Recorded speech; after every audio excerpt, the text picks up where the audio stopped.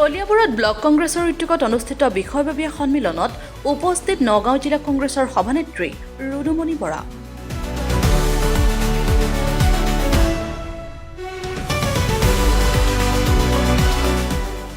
ছাব্বিছৰ নিৰ্বাচনৰ বাবে আগবঢ়োৱা চাৰিওজন আবেদনকাৰীক লগত লৈ বিষয়ববীয়াৰে মিলিত হ'ল আলোচনাত।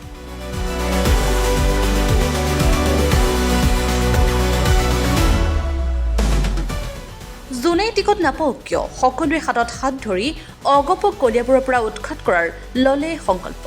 নমস্কাৰ, আমি আজি আহিলোঁ কলিয়াবৰৰ প্ৰথম নিৰ্বাচনী ৰণডংকা বজোৱাৰ এইখনেই আমাৰ প্ৰথম সভা। আমি চাৰিওজন প্ৰাৰ্থীকে একেলগে লৈ BLA, আমাৰ বুথ প্ৰেছিডেণ্ট, মণ্ডল প্ৰেছিডেণ্ট, ব্লকৰ বিষয়ববীয়া, APCCৰ বিষয়ববীয়া, জিলা কংগ্ৰেছৰ বিষয়ববীয়া, আমি সকলো একত্ৰিত হৈছোঁ এই স্বেচ্ছাচাৰী শাসনৰ বিৰুদ্ধে।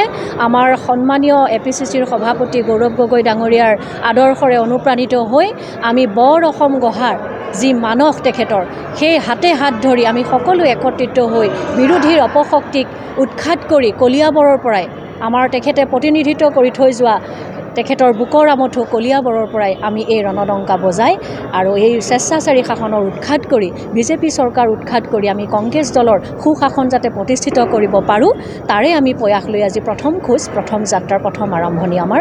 গতিকে হয়, আমি আজি দুইটা ব্লকে ইয়াত আমি একত্ৰিত হৈছোঁ আৰু সকলোৰে আজি এটাই আমি জনসমৰ্থন পাইছোঁ। যেতিয়াৰ পৰাই আমাৰ সভাপতি গৌৰৱ গগৈ ডাঙৰীয়া হ'ল তেতিয়াৰ পৰাই স্বতঃস্ফূৰ্তভাৱে আপোনালোকে নিশ্চয় দেখাই পাইছে, আমাৰ উজনিৰ পৰা নামনিলৈ বৰাক ব্ৰহ্মপুত্ৰ একাকাৰ কৰি আমাৰ মধ্য অসমতো যি স্বতঃস্ফূৰ্তভাৱে ৰাইজৰ আমি সমাদৰ পাইছোঁ আৰু আমি কোনো আঁচনি দিম বুলি কোনো ৰাইজকে আমি কেতিয়াও অনা নাই।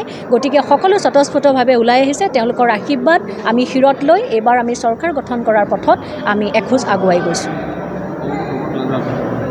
আমি আমাৰ যুৱ শক্তিক আৰু মহিলা শক্তিক আমি প্ৰাধান্য দি এবাৰ আগবাঢ়িম। গতিকে আমাৰ বিশ্বাস আছে, আমাৰ গৌৰৱ গগৈ ডাঙৰীয়াৰ নেতৃত্বত, সন্মানীয় সভাপতিৰ নেতৃত্বত আমি আগুৱাই গৈ আমি এবাৰ চৰকাৰ গঠন কৰি ৰাইজক আমি এই স্বেচ্ছাচাৰী শাসনৰ পৰা পৰিত্ৰাণ দিব পাৰিম বুলি আমাৰ দৃঢ় বিশ্বাস। আৰু সেইটোৱে আমি আজি ইয়াত সংকল্পৰে সকলো একত্ৰিত হৈ হাতত হাত ধৰি আমাৰ চাৰিওজন প্ৰাৰ্থীৰ ভিতৰতে যিজনে প্ৰাৰ্থিত্ব নাপাওঁ তেওঁকে লৈ পেলাই আমি জয়যুক্ত কৰিম বুলি সকলো আমি আজি একত্ৰিত হৈ সংকল্প লৈছোঁ।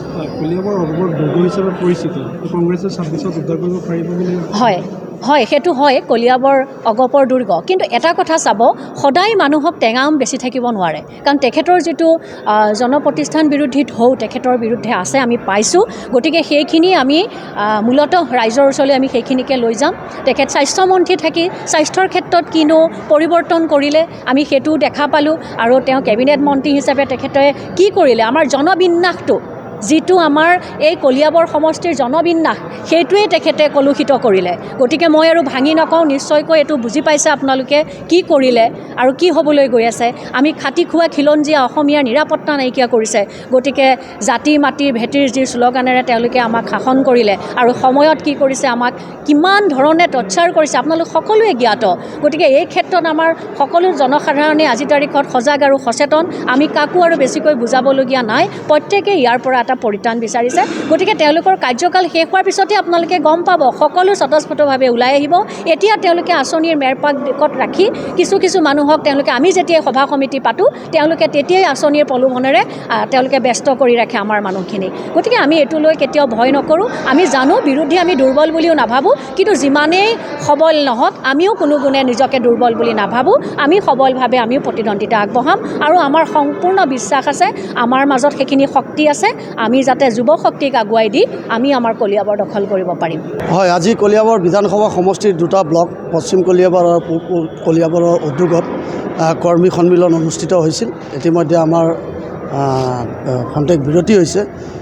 মই কলিয়াবৰ বিধানসভা সমষ্টিৰ পৰা ভাৰতীয় জাতীয় কংগ্ৰেছ দলৰ প্ৰাৰ্থিত্ব আবেদন কৰিছোঁ আৰু আজি মোৰ লগতে কলিয়াবৰ বিধানসভা সমষ্টিৰ পৰা 3গৰাকী দলীয় সতীৰ্থই প্ৰাৰ্থিত্ব আবেদন কৰিছে। আমি সকলো একত্ৰিত হৈ কোঁৱৰটোল তৰুণ সংঘত আমাৰ কলিয়াবৰ কংগ্ৰেছ পৰিয়ালৰ সকলো কৰ্মী একত্ৰিত হৈ আজি আমি ইয়াত আমাৰ কংগ্ৰেছৰ বিষয়ববীয়াসকলক, কংগ্ৰেছৰ শুভাকাংক্ষীসকলক, সতীৰ্থসকলক অৱগত কৰিছোঁ যে আমি 4গৰাকীয়ে কলিয়াবৰৰ পৰা কংগ্ৰেছ দলৰ পৰা প্ৰাৰ্থিত্ব প্ৰত্যাশী হিচাপে আবেদন জনাইছোঁ আৰু অনাগত দিনত কলিয়াবৰ বিধানসভা সমষ্টি আমি উদ্ধাৰ কৰিবৰ কাৰণে কেনেকৈ আগবাঢ়ি যাম আৰু চৰ্দাৰ কলিয়াবৰবাসী ৰাইজ আই মাতৃসকল যুৱ প্ৰজন্মৰ মাজত আমি কোনবিলাক বাৰ্তা লৈ যাম আৰু কেনেকৈ আমি ৰণকৌশল তৈয়াৰ কৰিম সেই বিষয়ে আমি ইয়াত আলোচনা কৰিছোঁ। মুঠ কেইজনে প্ৰাৰ্থিত্ব বিচাৰিছে? হয়, আমাৰ কলিয়াবৰৰ পৰা 4গৰাকী আমাৰ সতীৰ্থই প্ৰাৰ্থিত্ব বিচাৰিছে। আপোনাৰ লগতে বাকী কেইজন কোন কোন আছে? মোৰ লগতে কলিয়াবৰত প্ৰদীপ বৰুৱা ডাঙৰীয়া আছে, মানৱ মহন্ত ডাঙৰীয়া আছে, পশ্চিম কলিয়াবৰ ব্লক কংগ্ৰেছৰ সভাপতি মানিক বৰা ডাঙৰীয়া আছে। এইবাৰ 26ত কলিয়াবৰ উদ্ধাৰ হ'বনে? কংগ্ৰেছ দল পাৰিব উদ্ধাৰ কৰিব? চাওক, যোৱা 1996 চনৰ পৰা কলিয়াবৰ বিধানসভা সমষ্টিটো আমাৰ অসম গণ পৰিষদৰ দখলত আছে আৰু এইবাৰ 2026ত আমি পূৰ্ণ নিশ্চিত আছোঁ যে কেৱল কংগ্ৰেছ বুলি নহয়,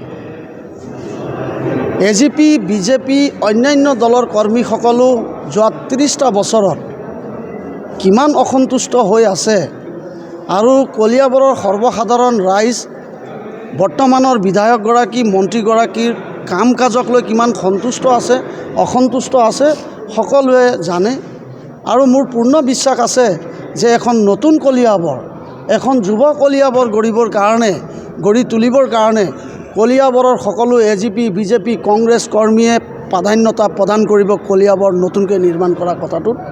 আৰু মোৰ পূৰ্ণ বিশ্বাস আছে যে চিৰচেনেহী কলিয়াবৰবাসী ৰাইজে দলতকৈ প্ৰথম কলিয়াবৰখনক ভাল পায় আৰু কলিয়াবৰৰ প্ৰত্যেক ঘৰত থকা নিবনুৱা যুৱক যুৱতী, উঠি অহা আমাৰ যুৱ প্ৰজন্ম জেনজিসকলে জানে যে যোৱা 20 বছৰ এগৰাকী বিধায়ক আছিলে, সেই বিধায়কগৰাকীয়ে যোৱা 10 বছৰ কলিয়াবৰৰ মন্ত্ৰী, অসম চৰকাৰৰ মন্ত্ৰী।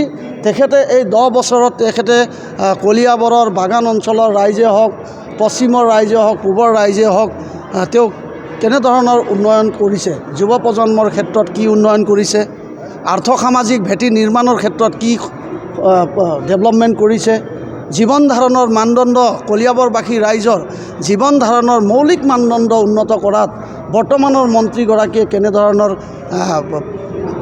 ডেভেলপমেণ্টৰ কাম কৰিছে, প্ৰত্যেক ঘৰতেই প্ৰত্যেকজনৰ হাততেই তাৰ এছেছমেণ্ট এটা আছে। গতিকে আমি বিশ্বাসী, এই দীৰ্ঘ সময় কেশৱ দাই সময় পাইছিলে কলিয়াবৰৰ ডেভেলপমেণ্টৰ কাৰণে, কিন্তু সৰ্বসাধাৰণ ৰাইজে আজি কি দেখা পালে? কেইজনমান ব্যক্তি, মুষ্টিমেয় ব্যক্তিৰ উন্নতি, কেইটামান নিজস্ব ৰেষ্টুৰেণ্ট, কেইটামান বাগান, কেইটামান ৱাইন শ্বপ আৰু বাগান অঞ্চলটোক সম্পূৰ্ণকৈ ATM হিচাপে ব্যৱহাৰ কৰিছে। আৰু নিৰ্বাচনৰ সময়ত সেই কণ্ট্ৰেক্টৰ ঠিকাদাৰ তেওঁ শুৱে বাৱে থকা যিসকলে নামে বেনামে টকা সংগ্ৰহ কৰিছে, তেওঁলোকে ইলেকশ্যনৰ সময়ত আমাৰ যুৱ প্ৰজন্মসকলক, আমাৰ ৰাইজৰ ওচৰলৈ যায়, নামঘৰত, মন্দিৰত, মছজিদত নিৰ্বাচনৰ আগে আগে তেওঁলোকে টিন পাত দিয়ে, তেওঁলোকে ৰাস্তা পদূলিত ডাম্পাৰ লগাই বালি পেলায়। সেয়া কিয় কৰিবলগীয়া হৈছে? যদি কলিয়াবৰবাসী ৰাইজে ইমান আশা, ইমান উদ্দেশ্য লৈ কলিয়াবৰৰ এগৰাকী সুসন্তান হিচাপে গ্ৰহণ কৰি তেখেতক দীঘলীয়া 20 বছৰ প্ৰদান কৰিলে, কিন্তু আজি কলিয়াবৰৰ সৰ্বসাধাৰণ ৰাইজৰ উন্নতি হৈছেনে? সকলো জাতি জনগোষ্ঠীৰ যুৱকসকলে ব্যৱসায় কৰাৰ সুবিধা পাইছেনে? কৰ্মসংস্থাপনৰ সুবিধা পাইছেনে? সকলো অঞ্চলৰ আন্তঃগাঁথনি উন্নয়ন হৈছেনে? আজি বহু কথা ক'বলগীয়া আছে। আজি কলিয়াবৰৰ ৰাইজসকল, যিসকলে মধ্যবিত্ত শ্ৰেণীৰ লোকসকল, যিসকল আমাৰ গাঁৱে ভূঞে থকা লোকসকল, তেওঁলোকৰ ল'ৰা ছোৱালী পঢ়াই স্কুল এই চৰকাৰে বন্ধ কৰি দিলে। যিসকলৰ পইচা আছে তেওঁলোকে প্ৰাইভেট স্কুলত পঢ়াইছে, আৰু প্ৰাইভেট স্কুলত কোনে খুলিছে? প্ৰাইভেট স্কুলো মন্ত্ৰীৰ পৰিবাৰে খুলিছে, মন্ত্ৰীৰ ভায়েকে খুলিছে। গতিকে এই চৰকাৰৰ মন্ত্ৰীয়ে হওক, এই চৰকাৰেই হওক, তেওঁলোকৰ জনকল্যাণমূলক চিন্তাধাৰা একেবাৰে নাই। এইখন আমাৰ অসম, এইখন আমাৰ কলিয়াবৰ। BJP, AGP, কংগ্ৰেছৰ কলিয়াবৰ নহয়, কলিয়াবৰবাসীৰ কলিয়াবৰ। আৰু মোৰ পূৰ্ণ বিশ্বাস আছে কলিয়াবৰবাসী আই মাতৃ, কলিয়াবৰবাসী ককাইদেউসকল, কলিয়াবৰবাসী যুৱ প্ৰজন্ম, মোৰ বন্ধু বান্ধৱীৰ প্ৰতি মোৰ পূৰ্ণ আশ্বাস আৰু বিশ্বাস আছে যে কলিয়াবৰ নিৰ্মাণৰ কৰিব লাগিব বুলি তেওঁলোকে অনুভৱ কৰিছে। আৰু তিতা আম, টেঙা আম 20 বছৰ খাইছে, সেই কথাটো উপলব্ধি কৰিব পাৰিব আৰু নিশ্চিতভাৱে মই এই বাৰ্তালৈ প্ৰত্যেকগৰাকী আই মাতৃসকলৰ ওচৰলৈ যাম, প্ৰত্যেকগৰাকী যুৱ বন্ধুৰ ওচৰলৈ যাম, সহায় বিচাৰিম, সহযোগিতা বিচাৰিম যে কলিয়াবৰখন নৱৰূপত গঢ়ি তুলিব লাগে। কলিয়াবৰত সকলো জাতি জনগোষ্ঠীৰ লোকসকলৰ মাজত শান্তি, সম্প্ৰীতি, ভাতৃত্ববোধ, ব্যৱসায়, বাণিজ্য, শিক্ষা, স্বাস্থ্য সকলো প্ৰকাৰে কলিয়াবৰ পৰিস্ফুট হ'ব লাগে। সেই আহ্বান জনাই মই ৰাইজৰ ওচৰত যাম আৰু মই নিশ্চিত ভৰালী নামঘৰৰ আশীৰ্বাদত, শিলিঘাটৰ মা কামাখ্যাৰ আশীৰ্বাদত, আমাৰ কোঁৱৰতোলৰ বুঢ়া মছজিদৰ আশীৰ্বাদত কলিয়াবৰৰ ৰাইজে এইবাৰ কংগ্ৰেছ দলৰ প্ৰাৰ্থীক আদৰি ল'ব আৰু নৱ কলিয়াবৰ, যুৱ কলিয়াবৰ নিৰ্মাণৰ কাৰণে বিপুল ভোটত জয়যুক্ত কৰি পঠিয়াব। কলিয়াবৰৰ পৰা অনুপৰ ৰিপৰ্ট, তেজছ ভাৰত।